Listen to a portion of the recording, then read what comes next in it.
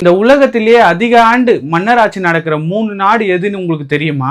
அது மட்டும் இல்லாமல் இந்தியாவிலே ஒரு ஸ்டேட் வந்து இன்கம் டேக்ஸே இது வரைக்கும் கட்டல. அது எந்த ஸ்டேட்னு உங்களுக்கு தெரியுமா?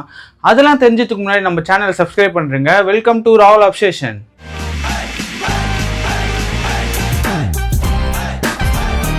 இந்த 3 கண்ட்ரி சொன்னல, அந்த 3 கண்ட்ரியில் வந்து 3வது இடத்துல எந்த கண்ட்ரி இருக்குன்னு பார்த்துடலாம்.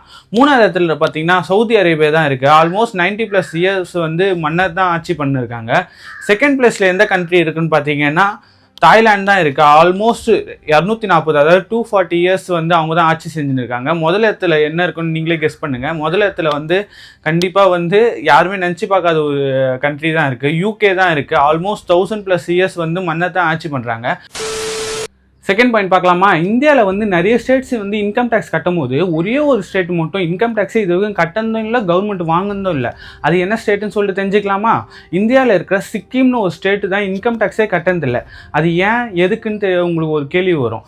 1975 வரைக்கும் அங்கே வந்து மன்னர் ஆட்சி தான் நடந்துச்சு. 1975க்கு மேலே இந்தியா கிட்ட வந்து அந்த ஸ்டேட்டை வந்து ஒப்படைக்கும் போது மன்னர்கள்லாம் வந்து ரிக்வஸ்ட் பண்ணி கேட்டுக்கிறது, எங்கள் மக்கள்கிட்ட வந்து நீங்கள் இன்கம் டேக்ஸே வாங்கக்கூடாது அப்படின்னு சொன்னோன்னே இந்தியாவும் அதை அக்செப்ட் பண்ணிக்கின்னு இது வரைக்கும் ₹1 கூட இன்கம் டேக்ஸாக அந்த சிக்கிம் மக்கள்கிட்ட இருந்து வாங்கினதில்லை. நீங்கள் என்ன நினைக்கிறீங்கன்னு சொல்லிட்டு கமெண்ட் செக்ஷனில் கமெண்ட் பண்ணுங்கள். மறக்காமல் இந்த வீடியோ பிடிச்சிருந்தா லைக் பண்ணுங்கள், உங்கள் ஃப்ரெண்ட்ஸுக்கு ஷேர் பண்ணி விடுங்க. நெக்ஸ்ட் வீடியோவில் சந்திப்போம். பாய்.